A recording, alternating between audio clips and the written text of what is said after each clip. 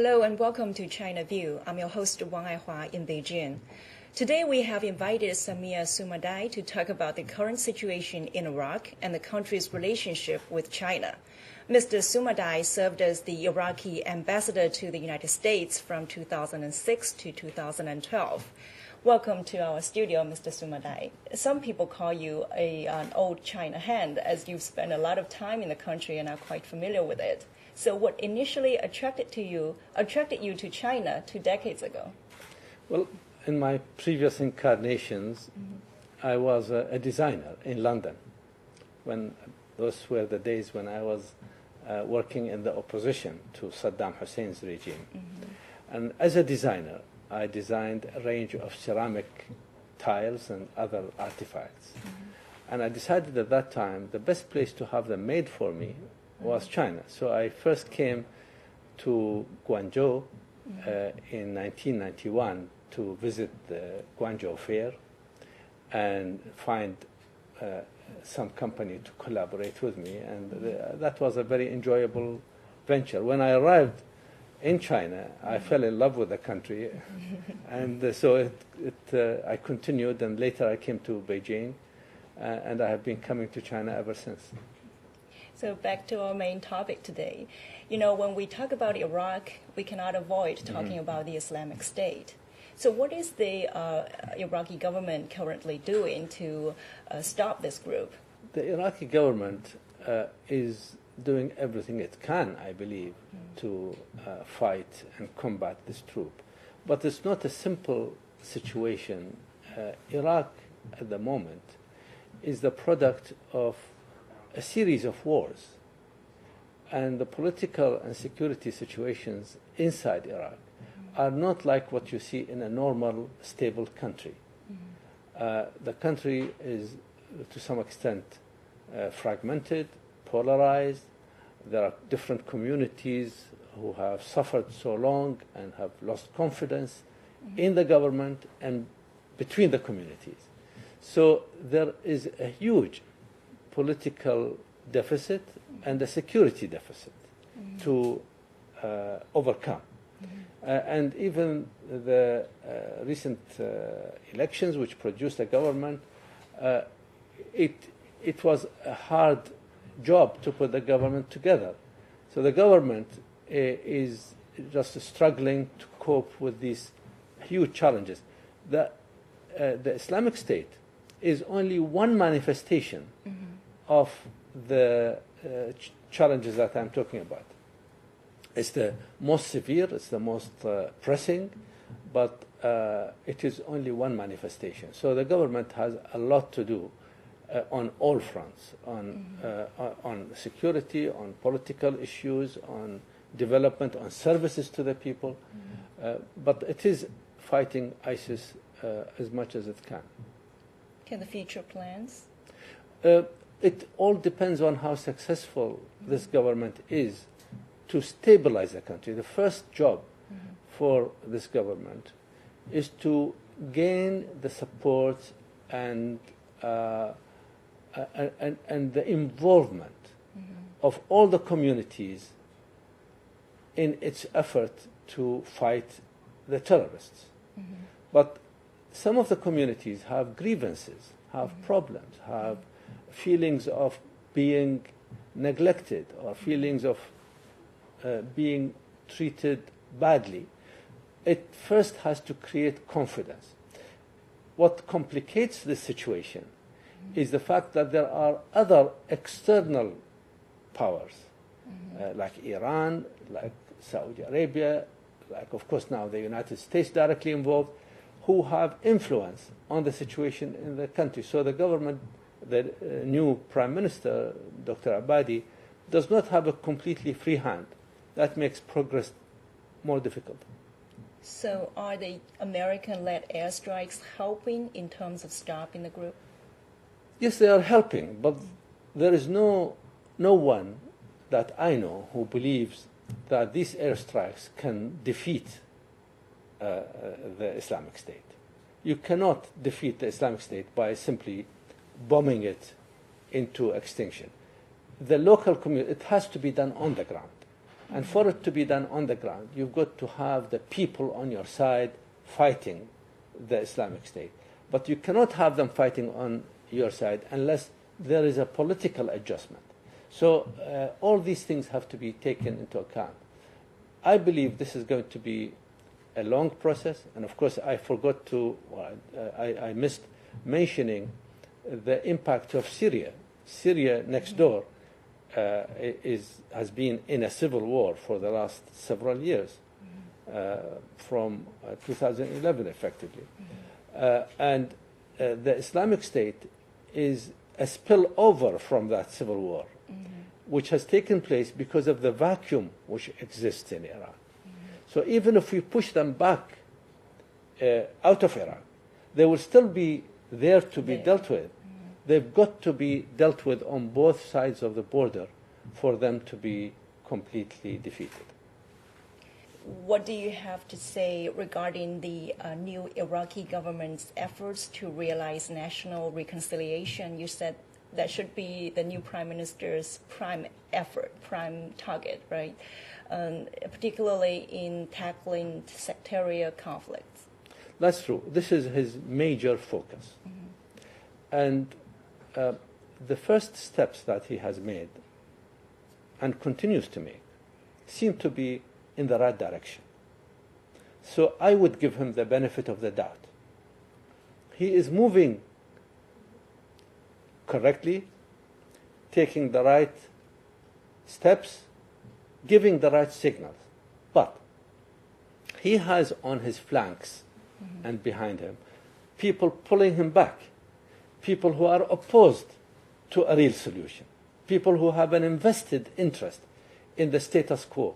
So his job is very difficult. His political base is a sectarian political base.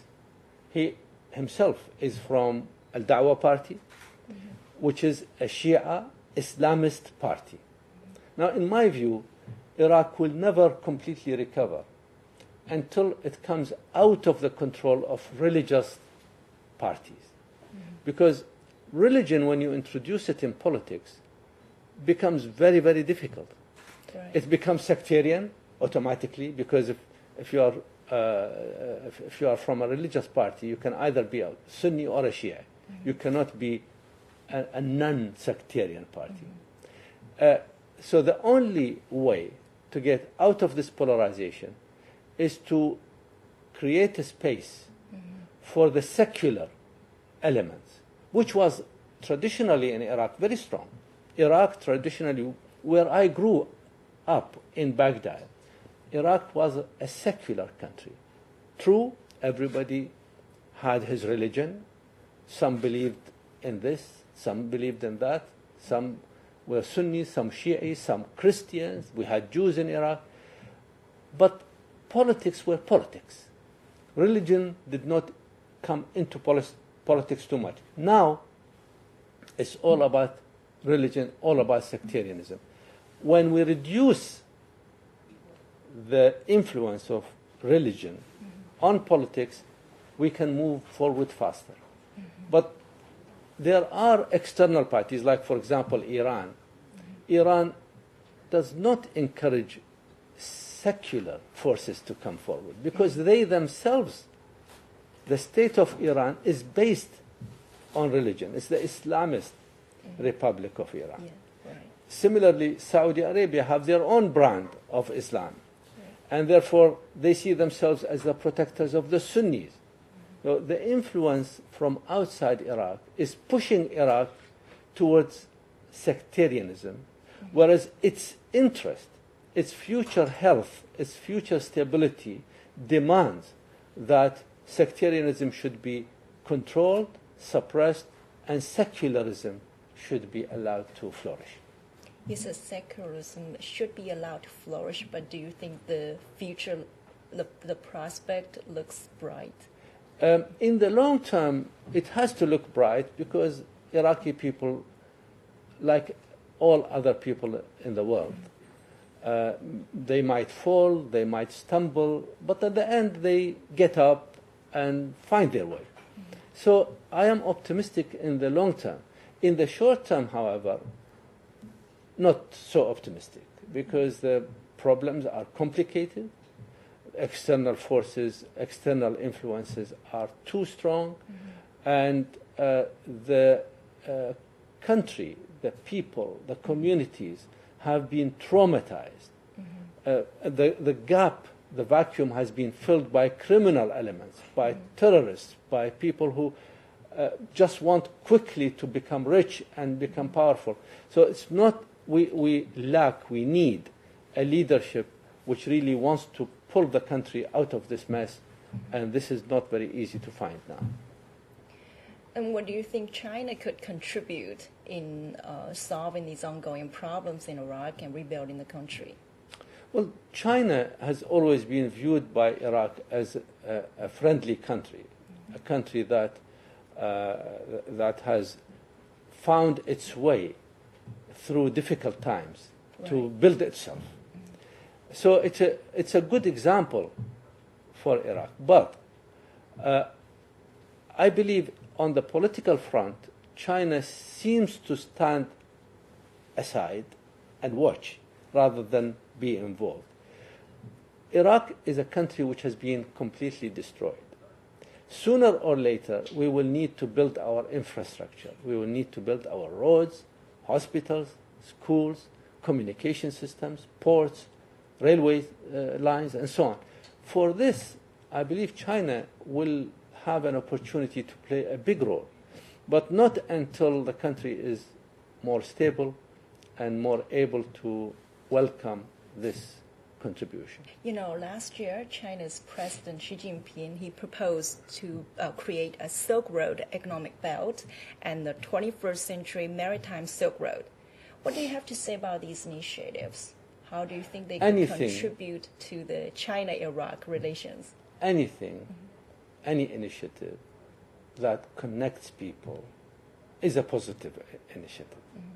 We have a long history together, Iraq and China. I have read about exchanges between Iraq and China going back about 1,000 years.